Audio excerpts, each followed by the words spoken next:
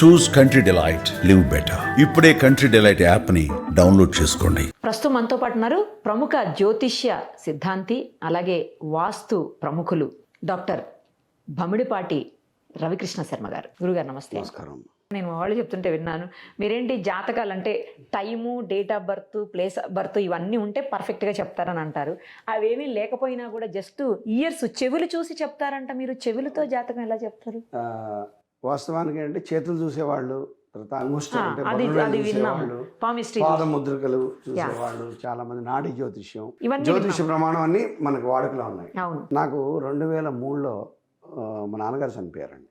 మా నాన్నగారు చనిపోయారు అంటే మీకు ఎందుకు వచ్చింది ఆలోచన అని చెప్పి, 2003లో మా నాన్నగారు చనిపోయినప్పుడు నాకు ఎంత 28 ఇయర్స్ అప్పుడు చనిపోయినప్పుడు నాన్నగారు తీసుకెళ్తున్నాము. నాన్నగారిని బ్రహ్మగారు ఎవరైతే చేయించడానికి వచ్చారు కార్యక్రమం, కొంత దూరం నడిచాక 1 కిలోమీటర్ తర్వాత నాన్నగారి చెవిలో నాన్న నాన్న అని పిలవమన్నారు.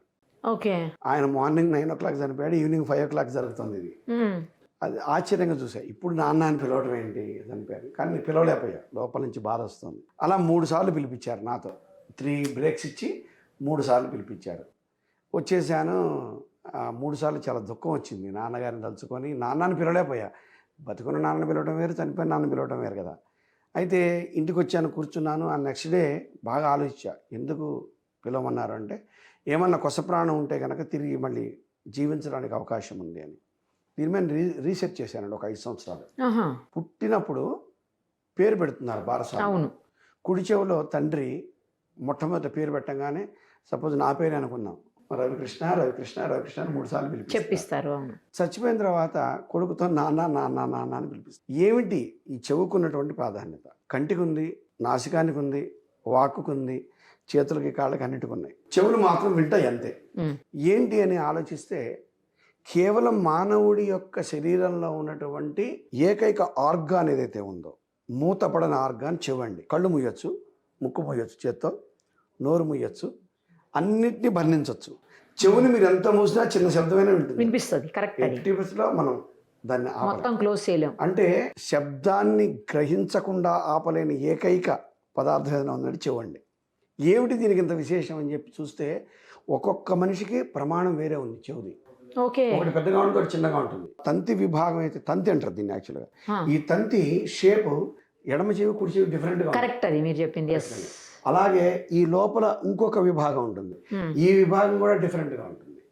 ఆ లోపల ఈ యొక్క రంధ్రం ఏదైతే ఉందో, రంధ్రానికి పైనటువంటి ఈ యొక్క భాగం ఏదైతే ఉందో, ఇది కూడా డిఫరెంట్గా ఉంది. ఇట్లా చాలా రీసెర్చ్ చేశాను. ఇలా ఉన్నవాళ్ళు ఎలా ఉన్నారు, ఇలా ఉన్నవాళ్ళు ఎలా ఉన్నారు, వీళ్ళ జీవితంలో ఎన్ని మార్పులు జరిగాయి, వీళ్ళు ఉద్యోగం ఎలాంటివి చేస్తున్నారు, ఎలాంటి విద్య నేర్చుకున్నారు. ఒక 5 సంవత్సరాల తర్వాత ఎవరికైతే date of birth, time, place లేదో మరి వారికి ఎట్లా పాపం కదా. అవును సార్. నేను చెప్పలేను అంటాను లేదు. అవును. హస్తరేఖలు అంటాం, చేతులు లేని వాడికి చెయ్యి లేదనుకుందాం, మరి వాడి జాతకం ఎలా చెప్పించుకోవాలి పాపం, కష్టం కదా. డేట్ ఆఫ్ బర్త్ లేదో, చేతులు లేవు, పుట్టుకతోనే చేతులు విరిగిపోయాయి అనుకుందాం, మరి జాతకం ఎలా చెప్పాలంటే, చెవులు లేని వాళ్ళు ఉండరండి మ్యాక్సిమం. ఎక్కడో 140 కోట్లలో ఓ 50 మంది ఉంటారు అమ్మ. అయితే ఈ చెవు వినపడని వాళ్ళు ఉంటారు, అసలు చెవు లేని వాళ్ళు ఉంటారు. చెవు లేని వాళ్ళు ఉండరుగా. ఈ రీసెర్చ్ చేసిన దాంట్లో చూస్తే నేను ఆ రీసెర్చ్లో భాగంగా కొన్ని ఎక్స్పెరిమెంట్లు చేశాను. అంటే వీరికి ఇట్లా ఉంటుంది, వీరికి ఇట్లా ఉంటుంది, వీరికి ఇలా జరుగుతుంది, వీరికి ఇలా చెప్పొచ్చు అని. ఎవరైతే నా గారి జాతకానికి వస్తారో, డేట్ ఆఫ్ బర్త్ లేదు గురువు గారు అనగానే, వారి 2 చెవుల ప్రమాణాలు చూసి ఒక 2-3 ప్రశ్నలు, వాళ్ళకి ఏం కావాలో వాటి సమాధానం చెప్పడం, అలాగే వాళ్ళ జీవితంలో ప్రీవియస్ హిస్టరీ ఏదైతే ఉందో దాంట్లో ఏమేమి జరిగాయి కన్ఫర్మేషన్ కోసం వాళ్ళకి చెప్తే, తద్వారా వాళ్ళు సంతోషపడి వాళ్ళు ఉన్నటువంటి ఇబ్బంది నుంచి కొంచెమైనా బయటపడేయడానికి, అయ్యో నాకు డేట్ ఆఫ్ బర్త్ లేదు, నేనేం చేయలేనా అని రేపు అతను ఏ ఆత్మహత్య చేసుకోకుండా, ఏ ఇబ్బందో పడకుండా, ఒక రకమైన డిప్రెషన్లోకి వెళ్ళకుండా కాపాడటానికి మార్గంగా తప్ప ఇదేదో గొప్పతనం కోసం సాధించిన విజయం కాదు వాస్తవానికి. అదే అంటే వెరైటీగా అనిపించింది నాకు. జనరల్గా చాలా రకాల జాతకాలు విన్నాం, కానీ ఎంత date of birth, time, place of birth లేకపోయినా చాలా రకాలైన చేయి చూసి, మీరు అన్నట్టు నాడి జ్యోతిషాలు రకరకాలుగా చెప్తుంటారు. బట్ పాద ముద్రలు చూసి చెప్తుంటారు. చెవులు నేను ఎప్పుడు వినలేదు. దీంట్లో ఇంకో 2 ప్రమాణాలు ఉన్నాయండి.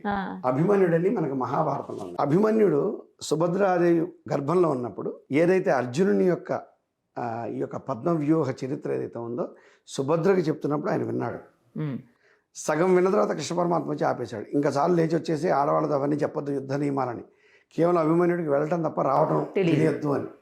రెండవటి, ఊయల్లో ఉన్నటువంటి ప్రహ్లాదునికి రోజుల పిల్లవాడు, ఇంకా చెవులు పనిచేయట్లే అప్పటికి, రోజుల పిల్లవాడికి నారద మహర్షి ఉపదేశించినటువంటి నారాయణ మంత్రం చెవులోని అక్కడ కూడా.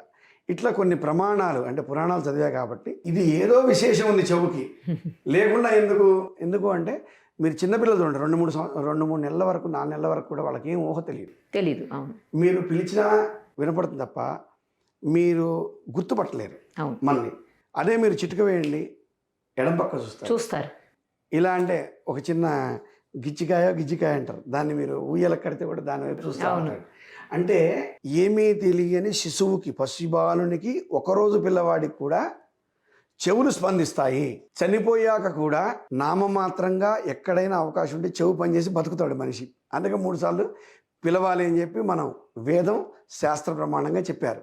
అంటే ఈ చెవుకి ఏదో విశేషం ఉందని చెప్పి దాని మీద రీసెర్చ్ చేసిన కారణం. మరి పర్ఫెక్షన్ ఉంటుందా గురుగారు? 100% యాక్యురేట్. ఎవరికైతే డేట్ ఆఫ్ బర్త్ లేదో వాళ్ళకి మాత్రమే. ఓకే. అంటే దాని గురించి ఒక ½ అన్ అవర్ స్టడీ చేస్తే ఆ ప్రమాణం అవన్నీ చూసి సేమ్ క్యాల్కులేషన్ అంతా అది కూడా అంతే. నేను ఒక బొమ్మ గీసుకుంటాను, ఎక్కడ వంకర ఉంది, ఎక్కడ.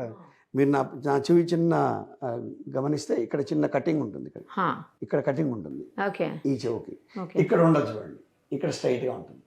అట్లా ప్రతి చెవికి కూడా, ప్రతి వ్యక్తి చెవికి నిజం అది, ఒకటి పెద్దది ఒకటి చిన్నది ప్రమాణం ఏదో ఒకటి డిఫరెంట్ బట్టి వాళ్ళ యొక్క భవిష్యత్తును మనం చెప్పొచ్చు. ఉద్యోగం ప్రాబ్లం ఉంటే ఉద్యోగం వస్తుందా లేదా, ఎప్పుడు వస్తుంది, అలాగే పెళ్ళిళ్ళు, సంతానం అన్నీ చెప్పచ్చు. ఖచ్చితంగా యాక్యురేట్గా చెప్పచ్చు, డేట్ టైంతో సహా చెప్పచ్చు.